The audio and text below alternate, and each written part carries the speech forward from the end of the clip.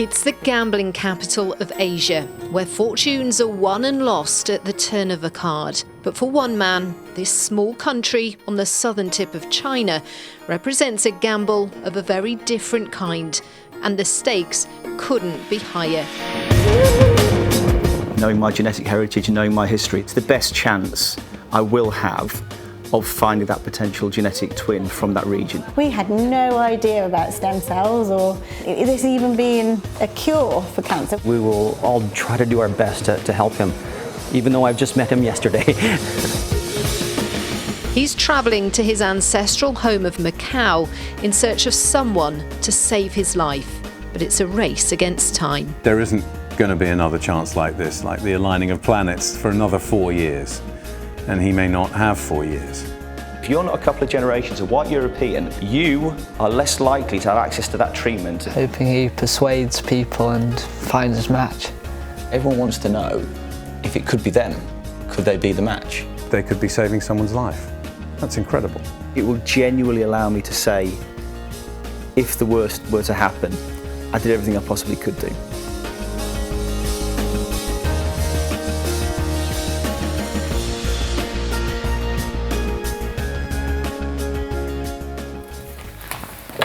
I bet you mash or jack. Oh, okay. Stick. Okay, bust. He hasn't said yet. The cards have been stacked against Pete McCleave. Oh dear. The father of two has blood cancer.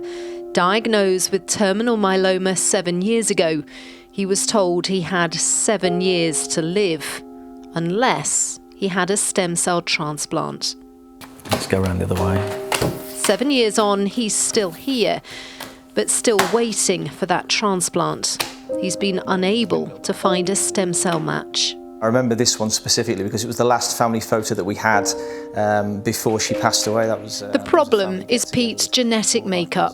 He may not look it, but his dad's side of the family hails from Southeast Asia.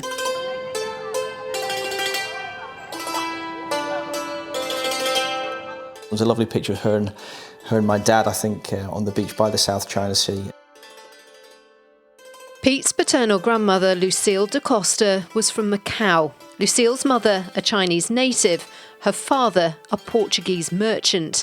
And that's not surprising, because Macau, a small country off the coast of mainland China, was a former Portuguese colony, and as such became a rich melting pot of Chinese and Portuguese. That mix becoming known as first-generation Macanese, like Pete's nan. So many Portuguese merchants made their way over there trading. It was all about trade. And then with more travel, especially driven by the war, more Europeans, this is when you get the dilution of that particular Macanese gene intertwined with European and other regions of the world. Pete's grandmother Lucille later moved to Hong Kong, just 40 miles from Macau, and it's here she met her husband, Pete's grandfather, Robert McCleave. Robert was from Northern Ireland and had been stationed in Hong Kong during the Second World War. That diverse mix of Asian and European means finding a genetic match for Pete has so far proved impossible. Obviously, originally, when it was all brought to light, our hopes were his brother. That didn't happen. The hopes were maybe there will be someone on the list. Be fine, of course there'll be someone on the list. That didn't happen. You just stop hoping, almost. For a successful stem cell transplant, both donor and recipient need matching tissue types. But there are far fewer potential donors on the register from Asian, black and mixed ethnicity backgrounds, meaning the chances of finding that life-saving match are low. Come in. Let's get you seen.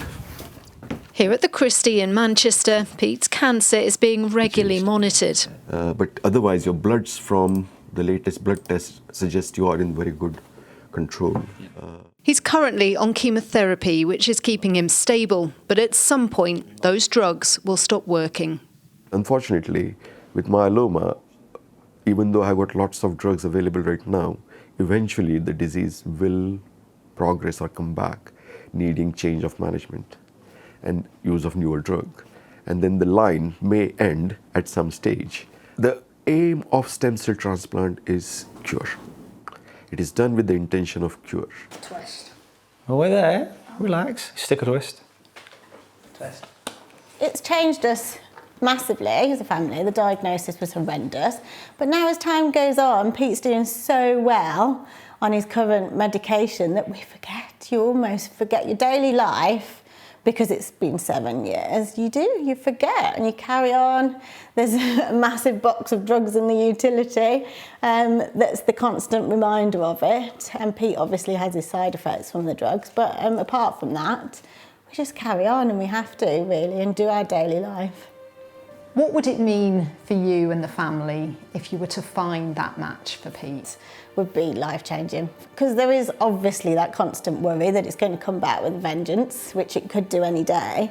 But if he was able, because he's so fit and well and healthy at the moment, if the match was found now, it would be fantastic because his body would be able to take it. Just whack it! It was 2018, a year after his diagnosis, with no sign of a match, that Pete started his own campaign, aiming to get 10,000 new donors onto the register. Then his 8-year-old son Max decided to take matters into his own hands and wrote a letter that went viral.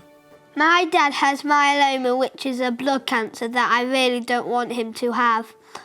You can help Pete, my dad, beat his blood cancer by registering to be on the stem cell donor list. I want to help my dad, and if we don't find a match, he'll only have 7 more years with me.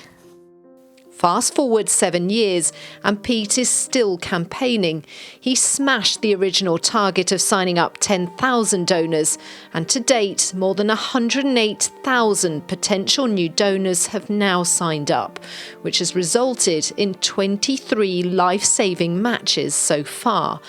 But none of them a match for Pete. He is trying to get as many donors on the list as he can, which I hope one day will be a match for him, but also for many, many others. That letter, it's not easy to listen to. It wasn't then, it certainly isn't now. But it did a lot of good, and I think they can see the impact they can have, the influence they can have on this situation.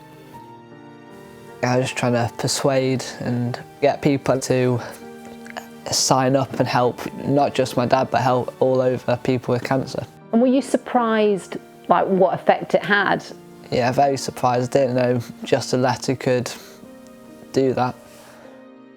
I do know that's a favoured photo. I think everyone's got a copy of that one. Pete's best chance of finding a stem cell match is someone with that same mix of Chinese, Portuguese, Irish and English, which is why he's travelling to the other side of the world in search of his genetic twin.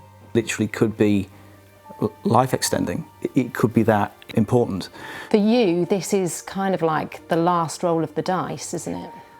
I don't pin all my hopes on it, but it's the best chance I will have of finding that potential genetic twin from that region. So I am very, very aware that, you know, this blend of Chinese, Portuguese, Irish and English is super, super rare. It will genuinely allow me to say, if the worst were to happen, I did everything I possibly could do. What are you hoping is going to happen when he talks to all these people that have got the same genetic makeup to him? Hoping he persuades people and finds his match. And what would that mean to you? Best thing that's ever happened to us. Yeah, it'd be amazing. Morning, how are you? Good, yourself, sir? Very good, thank you. It's a journey that's taking him 6,000 miles back to his ancestral home of Macau. Thank you. And he's timed it to an event that happens just once every 4 years, what's called an encontro, where Macanese expats from all over the world return for a reunion. Morning. How are you today? Very good, thank you. The hope is one of them might be the genetic match that Peter's been waiting 7 years to find.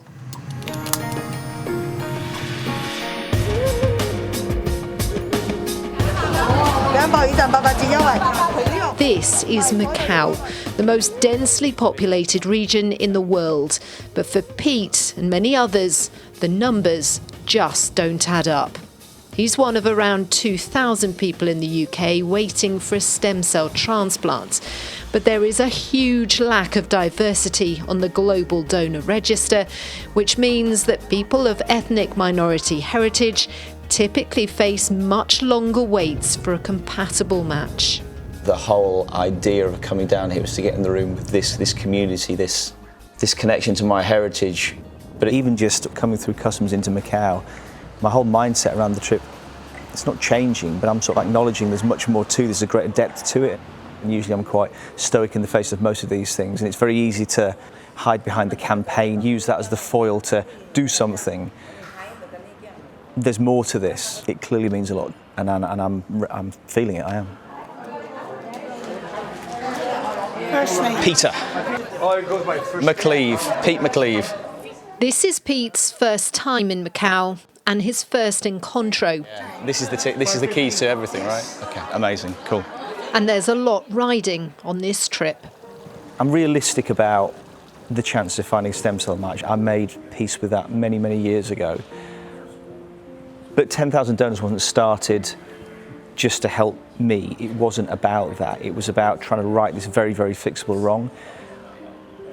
But what is personal to me is to be able to look family, to look at Max and Seb and genuinely be able to say that even if I don't find a stem cell match, and this is the environment in which I'm more likely to find one, even if I don't, I can say to you all, you know what, we did all we could. What else can you say? Here he is. How are you? Good, pal, good to see you. And joining him on this trip is Pete's friend Yasser, who knows only too well what it's like to search for a stem cell donor and the challenge that's faced by the lack of diversity on the donor register. It was 11 years ago when our world was turned upside down. Yasser's daughter Margot was diagnosed with leukemia, and they faced the same race against time to find a donor. I'm Syrian and Armenian, Scottish and Thai. That's just me. Vicky is English and New Zealand, and so that mix was the key obstacle to finding Margot her, what they called at the time, a perfect match. And Pete's facing the same issue with his, it seems, Macanese heritage. Baby. Baby. Margot died in 2014, aged just 2 years and 2 months. Since then, Yasser, just like Pete, has campaigned for more diversity on the donor register. Two strangers who are now friends through their own shared experience. How important was it for you to be here to support Pete? It's important. It matters to me. He is, on many levels, suffering and is in a tight spot. And so just trying to help him is the best I can do, really. Good evening. Welcome to the opening ceremony and welcome dinner of the Encontro das Comunidades Macanenses 2024. It's the opening ceremony of the Encontro. 1,400 people from all over the world are here tonight. And in 5 days' time, Pete will be back in this same room with a speaking slot at the closing ceremony, an opportunity to tell his story and hopefully encourage as many as possible to become donors. It is of a scale I did not expect. That is ridiculous. It's an enormous room. Yasser, what am I doing here? It's not even the room, it is the sheer volume of people. This is, you know, be careful what you wish for. This is what the goal was. How do you get as many people in a room to engage with, to talk about this problem? And now I'm here, I'm wondering what I have to say to make sure I don't stuff up the opportunity.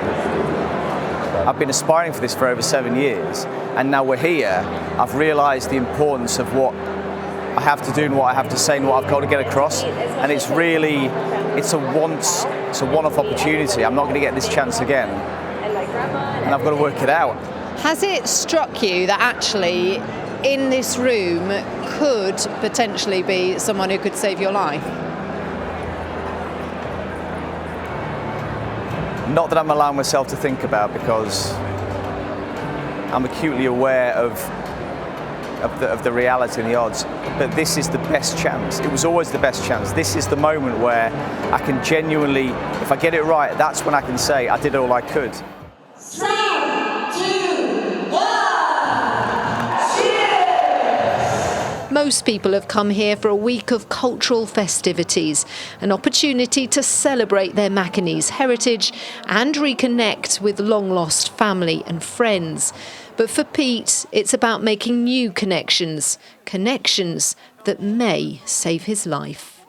I think this is the perfect space to share the story and to ask for more help. Do you think people here are going to listen? I would love to think people would want to help. Yes, and I think more of these conversations should happen and should take place. So I really do hope people not only just listen, they act. I think they will be moved, and I think some will be asking the same thing that I have asked today. Is he talking to people to see if somehow they have sort of the same heritage and increases his chance of finding a good match? I do feel that everybody will feel this impulse to want to do it. So, yes, I certainly will. The next few days will be all about talking to as many people as possible. The more who sign up to the donor register, the more chance of finding that life-saving match.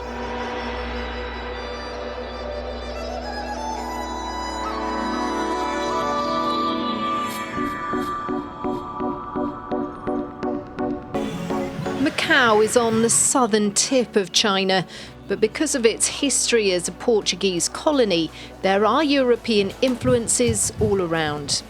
But it is precisely this unique heritage, the mix of Chinese and Portuguese, which has been the obstacle to Pete finding a stem cell match.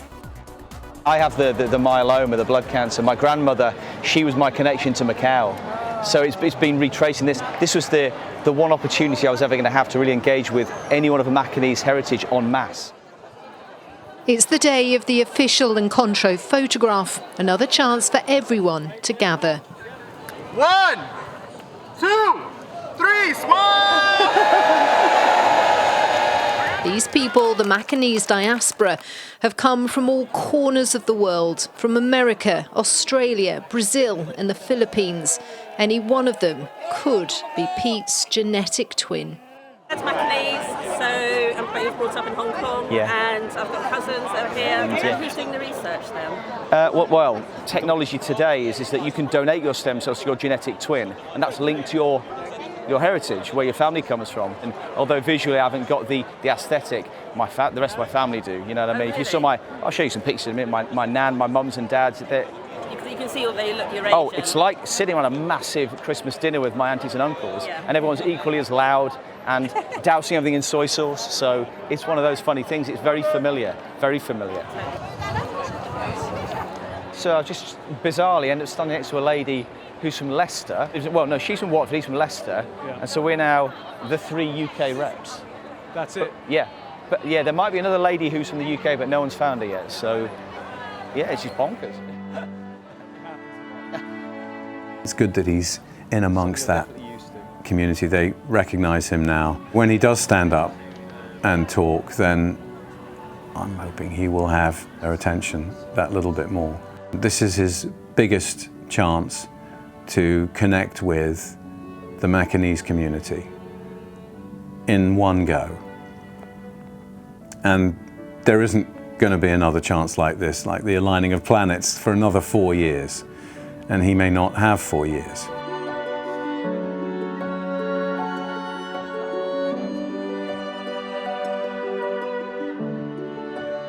Pete is in Macau not just to search for a life-saving match for himself, but also to try and address the huge lack of diversity on the donor register. Welcome to the campus. Thank you very much for hosting us. He's come to the Macau Medical School to talk to first-year students. My consultant said to me, "You'll be okay because being a white European, there are plenty of stem cell donors on the register." And I remember being sat in that room and I looked to my left at Jen, my wife, and I said, "It's not going to be that simple." And that's what's brought me here to the region today. It's an opportunity to speak directly to the next generation of medics about a subject that's not widely known about.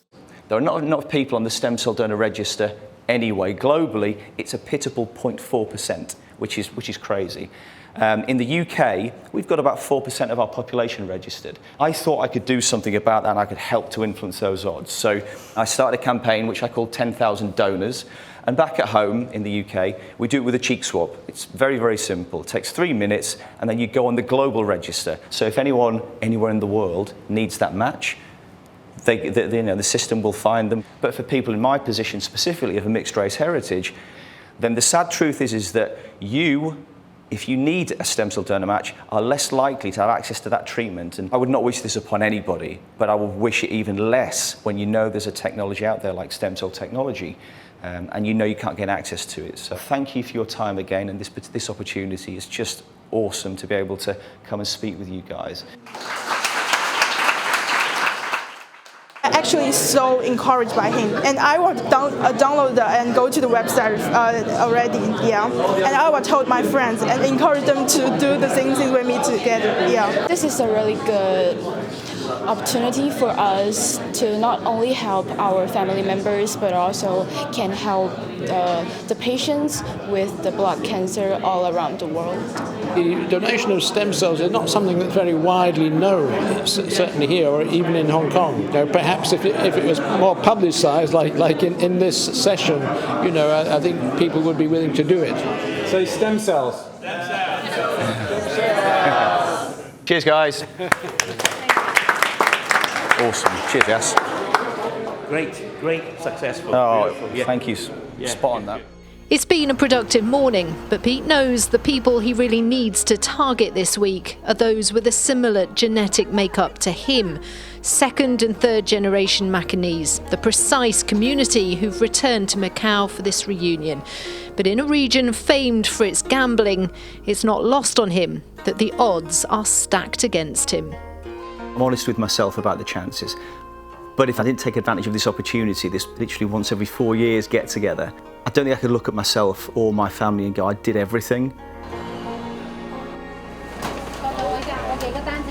So a tourist day out is an opportunity to tell his story to those who might be that missing puzzle piece that he's been looking for. First time here? Yeah. Never been to Macau before. I remember him. Yeah. So it's cool. It's very cool. See you back on the bus. But I'll be on chemotherapy until it stops working. Yeah, but it's all about awareness raising now for me. And there are going to be 1,400 people of Macanese descent. And although the odds are stacked against me finding my match, this is the best chance I'll ever have to potentially find my match. And that's why getting the message across in that room is so important. And what I don't want to do is stand on stage and no one listens. Anyone in the audience who can say, raise awareness will help. I'll help, for sure. Oh, mate, that would be awesome. And I'm willing to do the cheek swab as well. Well, if you can give me the information. I mean, other than the initial amazing goosebumps, I feel compelled to do my absolute best to help him out as best I can and try to do what I can to find a match for him or at least some kind of connection that might get him a step closer. It's an amazing endeavor that he's on. I'm hoping that this will, eventually find a way to find what he needs. But I think he's also in the right community. We're a loving and welcoming community. We will all try to do our best to help him, even though I've just met him yesterday. What do you think's going to be the reaction when people hear his speech? It's quite a tough thing to stand up there and ask people. It is, and I think the beauty of it is everybody here, at least everybody that's come for the Macau reunion, is coming from abroad. So the majority of them are from America, quite a few of us from Canada, Australia. So I guess the good news is from a language perspective, most if not all will be English speaking. And I just hope that they take a moment to listen to him and really embrace his story. But I think once they hear his story, that a great number will come out and help him.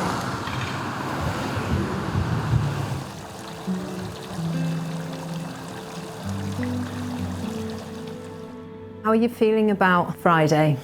My feelings about Friday change as the days and weeks progressed, because I'd come down with that being the moment, the holy grail, the whole idea of coming down here was to get in the room with this group, this community, this connection to my heritage. But it's become more than that now, so there are moments where I feel slightly overwhelmed by the opportunity and the importance of getting my message across. But it sometimes feels unreasonable of me to sort of put that pressure on other people, especially within that room, because they're here to celebrate and enjoy. And I don't want to be guilting people into anything. And being aware of the odds, I'm sort of feeling that it is an unreasonable pressure to put on myself. Not that I have any choice of, not feeling that pressure. I do. This is the one chance I will have to connect. And I've got to walk the tightrope of not guilting people. But on the other hand, the pragmatist in me realises that if there was someone else sat here, it would feel like that person was wasting the opportunity to connect personally. And if there's one thing I've learned about the Macanese, it's that family and connection is everything. Everyone wants to know who my grandmother was. Had they met her? Perhaps they're a cousin. If they're not a cousin, I might know a cousin. And they're always, it's wonderful. It really is. Everyone wants to know if it could be them. Could they be the match? It's the question that everything on this trip is riding on.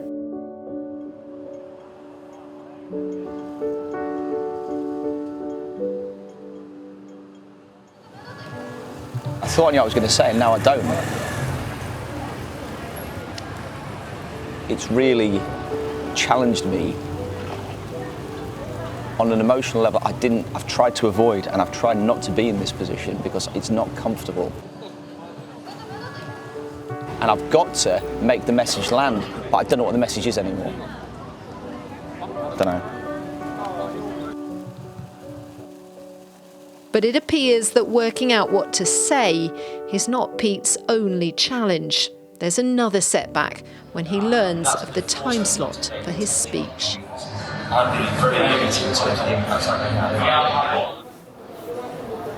That didn't sound too good. No, it's fine. No, I mean, the 10 minutes I've got is at 8:50 and dinner starts at 8.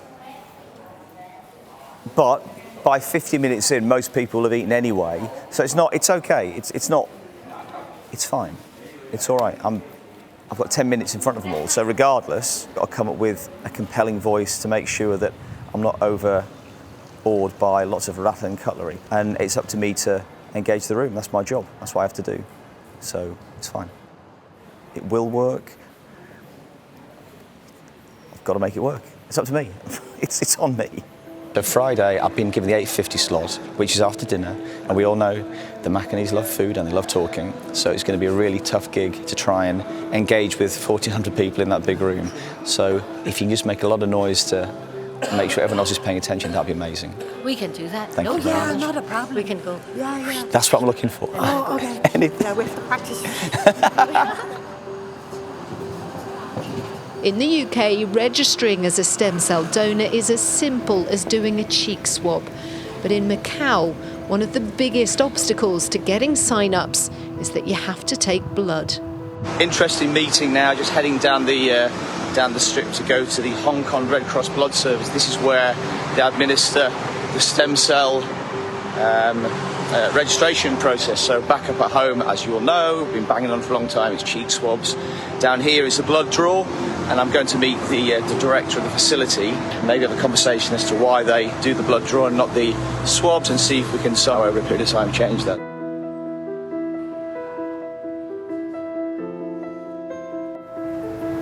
How was it?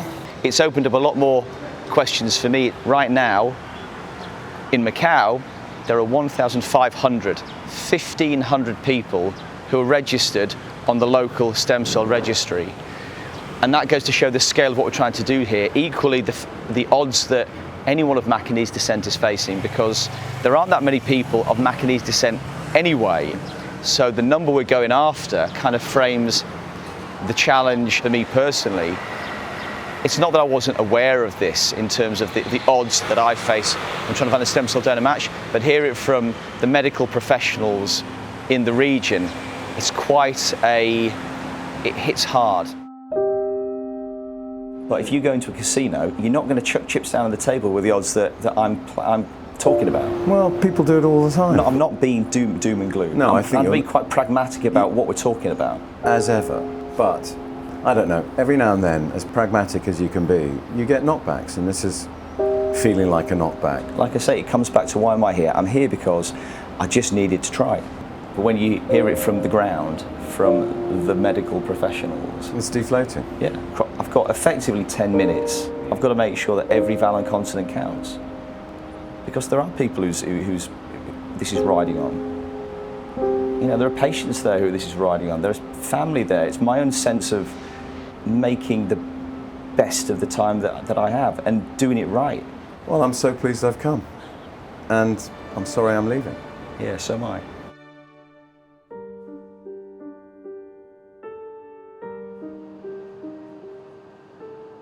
So much on the line. Not just from a personal perspective, although that is my overriding worry if I get this wrong.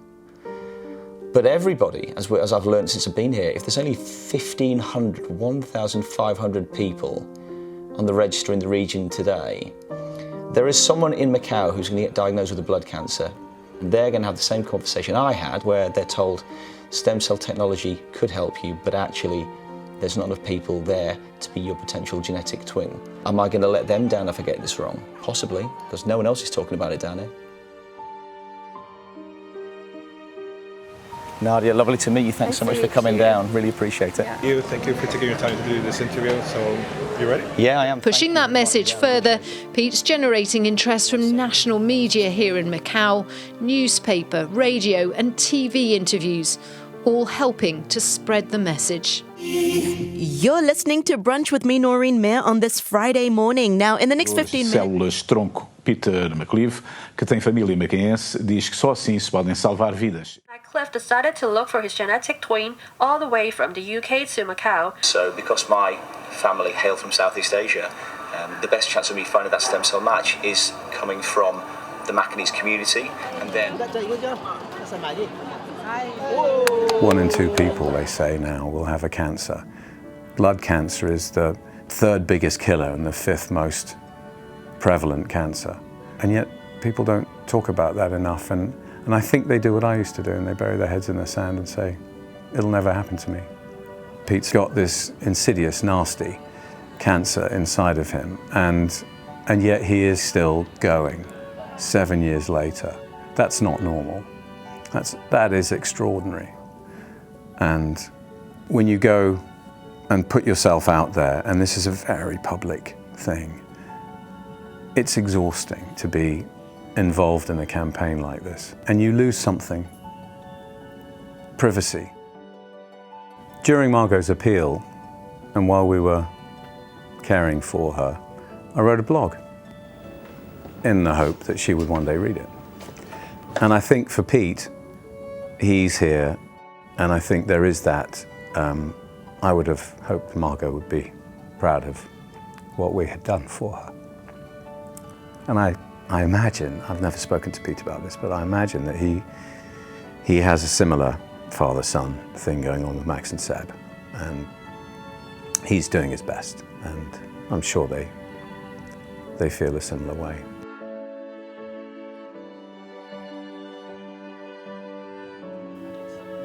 Just hours before the big speech, there's time for one last rehearsal.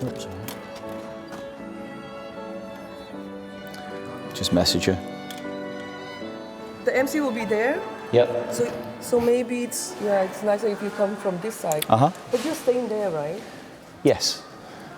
It's like to be honest, any side. It's okay. So, how are things? Oh, lights are going on. Lights are going on. Look, check it out. Look at this. This stage is quite impressive. Yeah. And the room is even more impressive. Look at this. Oh, look, now it's flashing. Bye. Bye. Bye. Bye. Okay, so you're on stage now? Yeah. And now he will play the video.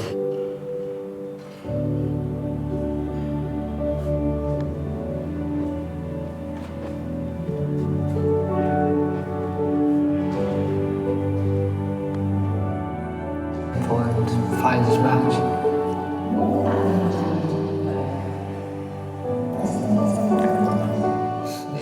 And it's clear the magnitude of this day is dawning on Pete.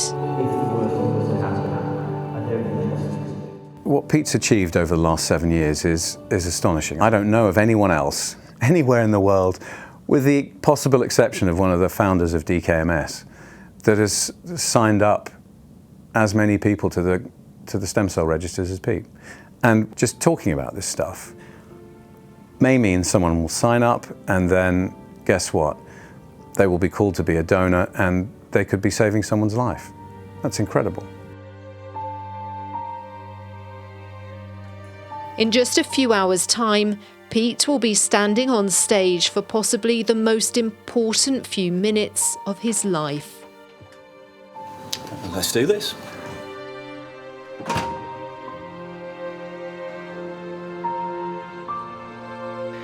Nothing I do is going to be enough. A slideshow, a selection of photos. My worry is that if I can't connect and if I get the message wrong, then the opportunity will not manifest again. This is the one chance I will have to connect. There is a danger that he will beat himself up about, I didn't say that, I could have said this. He just wants to make the most of this opportunity. I'm building up to something of great significance that could potentially not deliver what I was hoping it would. And so, the moment he's waited 7 years for, the opportunity to speak en masse to the very people who may hold the key to his survival. This is it. Good evening, everyone who is here to celebrate everything Macanese. I understand getting in the way of food and celebration is not something to be encouraged within the Macanese, our community, but if I can just avail of 7 minutes of your time between us, I think we can make a whole world of difference. If you look to the screen, you can see my connection to this room, to Macau, and every single one of you. I don't look Macanese, but my grandmother, Lucille Marie da Costa, was born here. She was first generation Macanese of a Portuguese father and a Chinese mother. My motivation for being here are my 2 sons, who along with me and my wife 7 years ago were exposed to a wholly unexpected diagnosis of blood cancer. Now that came with a caveat, and that caveat was, if I could find myself a stem cell donor, then that 7-year prognosis could be beaten. And if I can find someone to donate me their stem cells, then I have every chance of beating the blood cancer that I've been diagnosed with. And if I can just encourage as many people as possible to take a picture of what's on that screen right now, if you can act upon this and potentially register to be a stem cell donor, you might just save someone's life, and you never know, it might just be mine. So thank you for listening, appreciate your time. Thank you. Thank you so much, Mr. Peter. Your speech was really touching. Thank you so much. I genuinely feel I couldn't have done any more. That's what the last 7 years has been all about, and maybe I didn't realise it when I started it, but I now know I can have that conversation with confidence and say I did everything I possibly could.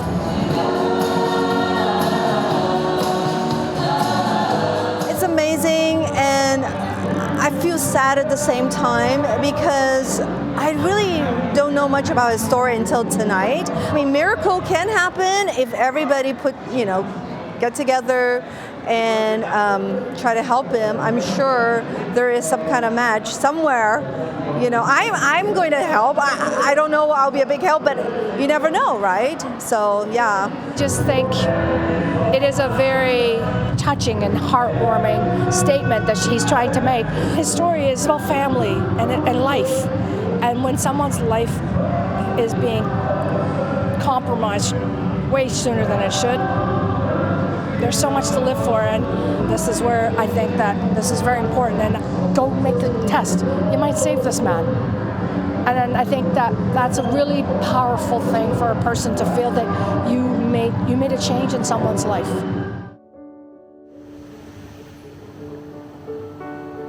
If I don't find my match, at least I know I played the odds My story was never the most important thing. It's been a foil for a much broader conversation around health inequality. And what would it mean to you to find your stem cell match? It's a game changer. 7 years this has been a part of my life, and it would be unbelievable to get that phone call. It's a search that's taken him 6,000 miles from home to the most populated region in the world. All he needs is that one perfect match. Hope dies last. And you're searching for what will hopefully help, not just Pete, but other people. I can now look my sons in the eye and say, I did everything. It was all about buying time. Whatever happens, what more can you say? If you can save just one person's life from coming here this week, would that be a success for you? 100%. Absolutely. Something had to change, not just for me personally, but something within the conversation, raising awareness. The story's been told. It's been told 6,000 miles away to a group of people who I have a personal connection to. I'm realistic, but what have you got if you haven't got hope or a belief that something can change?